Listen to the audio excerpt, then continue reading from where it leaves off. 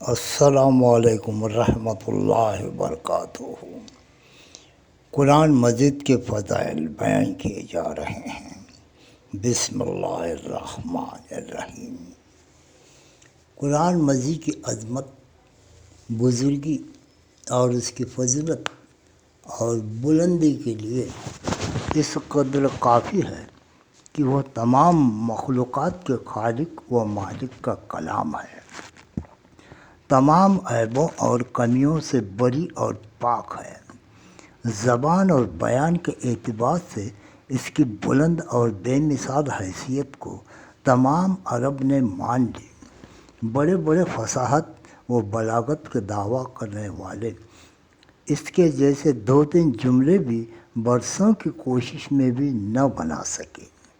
سرعام اعلان بھی کیا گیا، جوش دلانے والے خطاب سے کہا گیا کہ اگر تم اس کے ساتھ خدا کا کلام ہونے میں شک کرتے ہو اور اس کو انسانی کلام سمجھتے ہو تو تم اس کی چھوٹی سے چھوٹی سورت کے جیسی کوئی عبارت بنا لاؤ اور اپنے تمام مددگاروں بلاؤ اور ایسا کلام بنانے کی کوشش کرو۔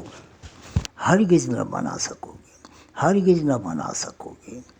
جنوں کی قوم نے اس کلام کو سنا، بے ساختہ کہہ اٹھے کہ انا سمیعنا قرآنا عجبا یہدی الی الرشد فآمنا بہ ولن نشرک بربنا احدا۔ یعنی بے شک ہم نے ایک عجیب قرآن سنا جو نیکی کی طرف ہدایت کرتا ہے، ہم اس پر ایمان لائے اپنے پروردگار کا کسی کو شریک نہ سمجھیں گے۔ خود اللہ جل شانہ اس مقدس کلام کی تعریف فرماتا ہے، پھر ہم لوگوں کی زبان و قلم میں کیا طاقت ہے کہ اس کی خوبیاں اور فضائل کا ایک معمولی سا حصہ بھی بیان کر سکے۔ اس کی تلاوت اور پڑھنے پڑھانے کا ثواب کسی بیان کا محتاج نہیں۔ تمام علماء امت متفق ہیں کہ کوئی ذکر قرآن مجید کے پڑھنے سے زیادہ ثواب نہیں رکھتا۔ اس کے بارے میں بہت زیادہ حدیثیں ہیں۔ نمونے کے لیے برکت کے طور پر چند حدیثیں نقل کی جاتی ہیں۔ یہاں پہ چنندہ 16 حدیثیں پیش کی جا رہی ہیں۔ ایک، نبی صلی اللہ علیہ وسلم نے فرمایا کہ حق تعالیٰ فرماتا ہے کہ جو کوئی قرآن مجید کے پڑھنے میں مشغول ہو اور دعا یا کسی دوسرے ذکر کی اس کو فرصت نہ ملے تو میں اس کو دعا مانگنے والوں سے بھی زیادہ دوں گا۔ اور کلام اللہ کی بزرگی تمام کلاموں پر ایسی ہے جیسے اللہ کی بزرگی تمام مخلوق پر ہے۔ یہ دارمی شریف کی حدیث ہے۔ دوسری حدیث، نبی صلی اللہ علیہ وسلم نے فرمایا کہ قرآن مجید اللہ تعالیٰ کے نزدیک زیادہ محبوب ہے تمام آسمانوں اور زمین میں اور ان چیزوں سے جو ان میں ہیں۔ یہ بھی دارمی شریف کی حدیث ہے۔ حدیث نمبر 3، یہ بھی دارمی شریف کی ہے۔ نبی صلی اللہ علیہ وسلم نے فرمایا کہ اگر قرآن مجید کسی خال میں ہو تو وہ خال آگ میں نہیں جل سکتی۔ خال سے مراد مومن کا دل ہے کہ اگر اس میں قرآن مجید ہو تو وہ دوزخ کے عذاب سے محفوظ رہے گا۔ حدیث نمبر 4، نبی صلی اللہ علیہ وسلم سے روایت کیا گیا ہے کہ 3 قسم کے لوگوں کو قیامت میں خوف نہ ہوگا، نہ ان سے حساب لیا جائے گا، اور ان تینوں میں سے قرآن مجید پڑھنے والوں کو آپ نے بیان فرمایا۔ یہ بھی دارمی شریف کی حدیث ہے۔ 5ویں حدیث ہے دارمی شریف کی۔ نبی کریم صلی اللہ علیہ وسلم نے ایک بار اپنے خطبے میں فرمایا کہ اے لوگوں، میں بھی ایک آدمی ہوں، قریب ہے کہ میرا رب کی طرف سے کوئی مجھ کو بلانے آئے اور میں چلا جاؤں۔ میں تم میں 2 بہت قیمتی اور بڑائی والی چیزیں چھوڑے جاتا ہوں۔ ایک اللہ کی مقدس کتاب، اس میں ہدایت و نور ہے، بس تم لوگ اللہ کی کتاب کو مضبوط پکڑ لو اور اس پر عمل کرو۔ روایت کرنے والے کہتے ہیں کہ پھر آپ نے لوگوں کو اس پر بہت رغبت دلائی۔ دوسرے میرے اہل بیت ہیں، یعنی گھر والے اور آل اور اولاد، تم کو اللہ کا خوف یاد دلاتا ہوں اپنے اہل بیت کے حقوق کی رعایت کرنے میں۔ یہ دارمی شریف کی حدیث ہے۔ ابھی دارمی شریف کی حدیث نمبر 6 سنیے۔ قرآن مجید کی تلاوت کے وقت فرشتے اور رحمت نازل ہوتی ہے۔ بخاری شریف میں حضرت اسید بن حضر رضی اللہ عنہ سے روایت ہے کہ ایک رات کو وہ سورۃ بقرہ پڑھ رہے تھے اور ان کا گھوڑا قریب ہی بندھا ہوا تھا۔ وہ بھڑکنے لگا، وہ چپ ہو گئے، گھوڑے کو بھی سکون ہو گیا۔ پھر انہوں نے پڑھنا شروع کیا، پھر اس کی وہی حالت ہوئی، پھر انہوں نے پڑھنا شروع کیا، پھر اس کی وہی حالت ہوئی۔ تب انہوں نے تلاوت بند کر دی، اس خیال سے کہ ان کے صاحبزادے یا قریب ہی تھے، کہیں گھوڑا زیادہ بھڑکے اور وہ اس کو کچل نہ جائیں۔ صبح کا یہ واقعہ حضرت نبی کریم کی خدمت میں عرض کیا۔ آپ نے فرمایا، اے ابن حضیر پڑھے جاؤ، اے ابن حضیر پڑھے جاؤ۔ تب انہوں نے اپنا وہ خوف عذر میں پیش کیا اور کہا کہ تلاوت ختم کرنے کے بعد میں نے سر اٹھا کر دیکھا تو بادل کا ایک ٹکڑا تھا جس میں چراغ روشن تھے، یہاں تک کہ وہ میری نظر سے غائب ہو گیا۔ حضرت صلی اللہ علیہ وسلم نے فرمایا، جانتے ہو وہ کیا چیز تھی؟ انہوں نے عرض کی کہ نہیں۔ آپ نے فرمایا کہ یہ فرشتے تھے، تمہاری قرات کی وجہ سے نزدیک آ گئے تھے۔ اگر تم پڑھے جاتے تو وہ فرشتے تمہارے پاس آ جاتے اور صبح کو سب لوگ ان کو دیکھتے۔ اسی قسم کا واقعہ کئی صحابہ رضی اللہ عنہم کے قرآن مجید کے پڑھنے کے وقت پیش آیا، جو صحیح حدیثوں میں بیان کیا گیا ہے۔ کئی قصے تو بخاری شریف میں ہیں۔ ابھی بخاری شریف کی ایک حدیث بھی ہے، حدیث نمبر 7۔ نبی کریم صلی اللہ علیہ وسلم نے روایت کیا گیا ہے کہ حسد کی اجازت نہیں مگر دو شخصوں پر، ایک وہ جو قرآن مجید پڑھتا ہو اور وہ اس کی تلاوت میں راتوں کو مشغول رہتا ہو، دوسرے وہ جس کو اللہ تعالیٰ نے مال دیا ہو اور وہ اس کو دن رات اللہ کی راہ میں خرچ کرتا ہو۔ اس حدیث میں حسد سے مراد رشک کرنا ہے۔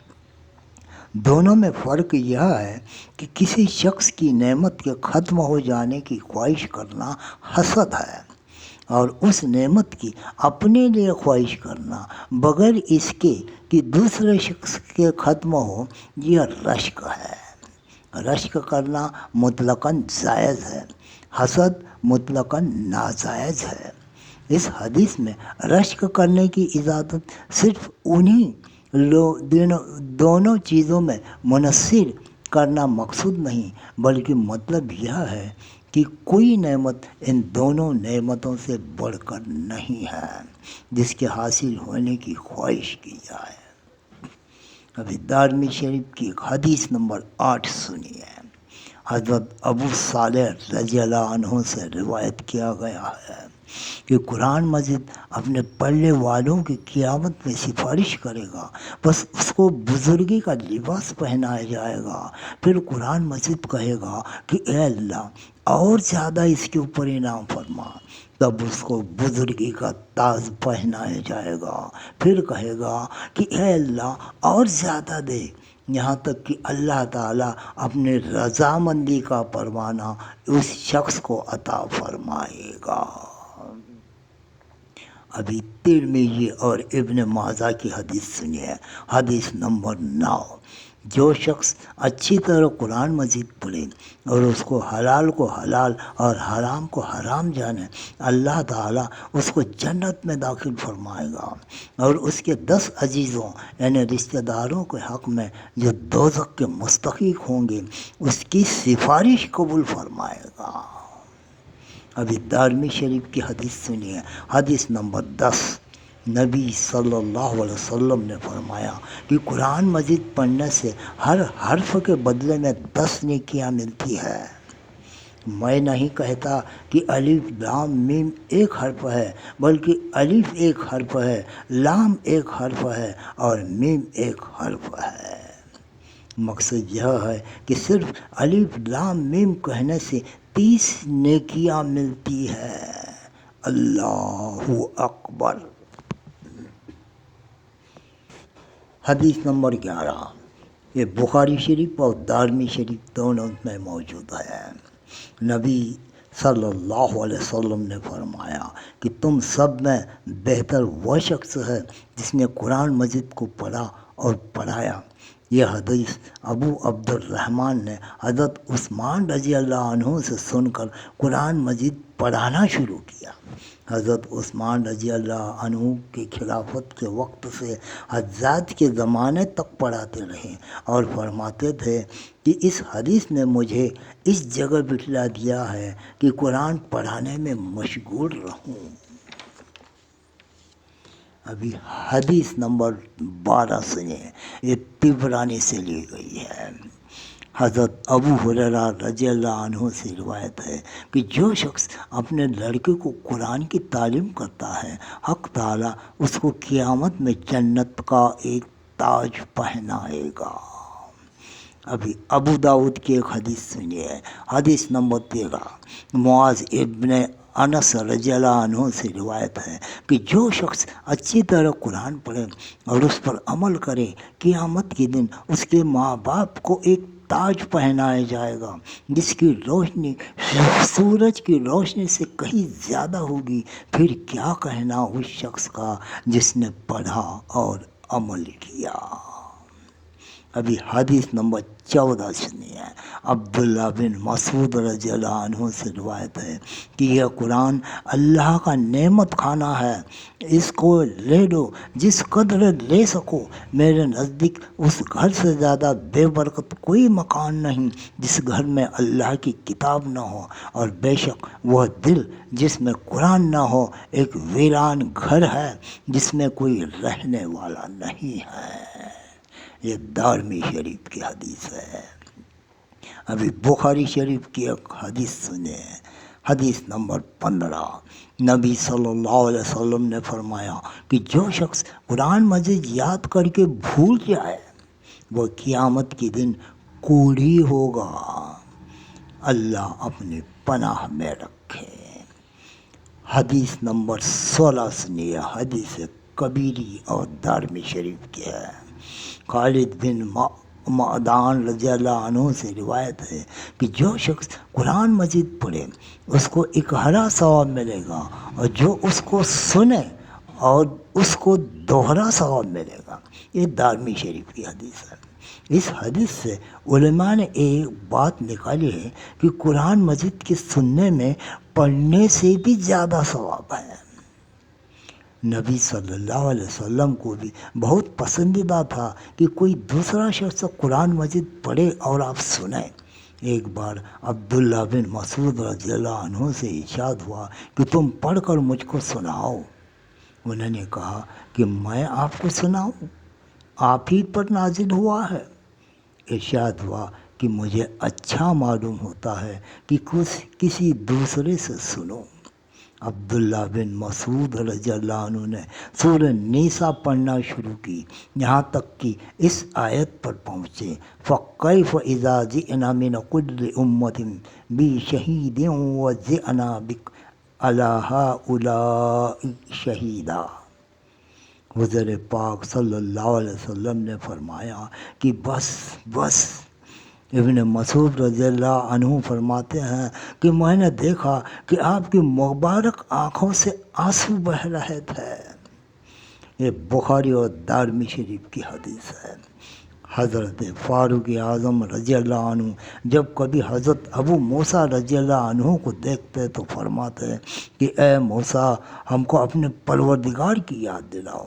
وہ قرآن پڑھنا شروع کر دیتے۔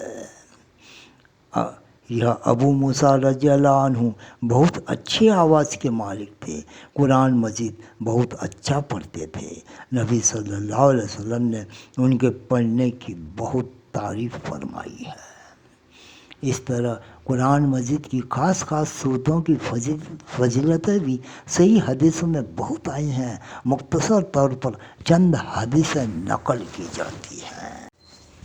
سورہ فاتحہ کے بارے میں حدیثوں میں آیا ہے کہ سبع مثانی اور قرآن عظیم یہی ہے۔ یہ بخاری شریف کی حدیث ہے، اور ایسی سورہ کسی نبی پر نہیں نازل ہوئی، یہ مستدرک کی حدیث ہے۔ سورہ بقرہ کے حق میں آیا ہے کہ جس گھر میں یہ سورہ پڑھی جائے وہاں سے شیطان بھاگ جاتا ہے۔ یہ ترمذی شریف کی حدیث ہے۔ اس کو پڑھو، برکت ہوگی ورنہ حسرت ہوگی، یہ مسلم شریف کی حدیث ہے۔ دو تر و تازہ چیزوں کو پڑھا کرو، سورہ بقرہ اور سورہ آل عمران۔ یہ دونوں قیامت میں اپنے پڑھنے والوں کی شفاعت کرے گی اور اللہ تعالیٰ سے جھگڑا کر کے اس کو بخشوائے گی۔ آیت الکرسی تمام قرآنی آیتوں کی بزرگ اور سردار ہے، یہ مسلم شریف کی حدیث ہے۔ سورہ بقرہ کی آخری دو آیتیں جس گھر میں پڑھی جائیں 3 دن تک شیطان اس گھر کے قریب نہیں آتا، یہ ترمذی شریف کی حدیث ہے۔ سورہ انعام جب اتری تو حضور صلی اللہ علیہ وسلم نے تسبیح پڑھی اور فرمایا کہ اس قدر فرشتے اس کے ساتھ تھے کہ آسمان کے کنارے بھر گئے۔ یہ مستدرک اور حاکم کی حدیث ہے۔ سورہ کہف جمعہ کے دن جو شخص پڑھے اس کے لیے ایک نور ہوگا دوسرے جمعہ تک، یہ مستدرک کی حدیث ہے۔ اس کے لیے نور ہوگا قیامت کے دن، یہ حسن حسین کی حدیث ہے۔ سورہ یاسین قرآن مجید کا دل ہے، جو کوئی اس کو اللہ کے لیے پڑھے وہ بخش دیا جائے گا۔ اس کو اپنے مردوں پر پڑھا کرو، یہ مستدرک اور حاکم کی حدیث ہے۔ سورہ فتح مجھ کو تمام چیزوں سے زیادہ افضل ہے، محبوب ہے، یہ بخاری شریف کی حدیث ہے۔ سورہ ملک نے ایک شخص کی سفارش کی یہاں تک کہ بخش دیا گیا، یہ صحیح ستہ کی سبھی کتابیں میں موجود ہے۔ یہ اپنے پڑھنے والوں کے لیے مغفرت کی دعا کرتی ہے یہاں تک کہ وہ بخش دیا جائے گا، یہ ابن حبان سے لی گئی ہے۔ میں چاہتا ہوں کہ یہ سور ہر مومن کے دل میں رہے، یہ مستدرک حاکم کی حدیث ہے۔ سورہ ملک اپنے پڑھنے والوں کو قبر کے عذاب سے بچاتی ہے، جو اس کو رات میں پڑھ لے اس نے بہت نیکی کی اور اچھا کام کیا، یہ مستدرک کی حدیث ہے۔ سورہ زلزال آدھے قرآن کے برابر ثواب رکھتی ہے، یہ ترمذی شریف کی حدیث ہے۔ سورہ کافرون میں چوتھائی قرآن کے برابر ثواب ہے، یہ ترمذی شریف کی حدیث ہے۔ سورہ نصر کا ثواب چوتھائی قرآن کا ثواب ہے، یہ بخاری شریف کی حدیث ہے۔ ایک شخص اس سور کو ہر نماز میں پڑھا کرتے تھے۔ نبی صلی اللہ علیہ وسلم نے فرمایا کہ ان سے کہہ دو کہ اللہ ان کو دوست رکھتا ہے، یہ بخاری شریف کی حدیث ہے۔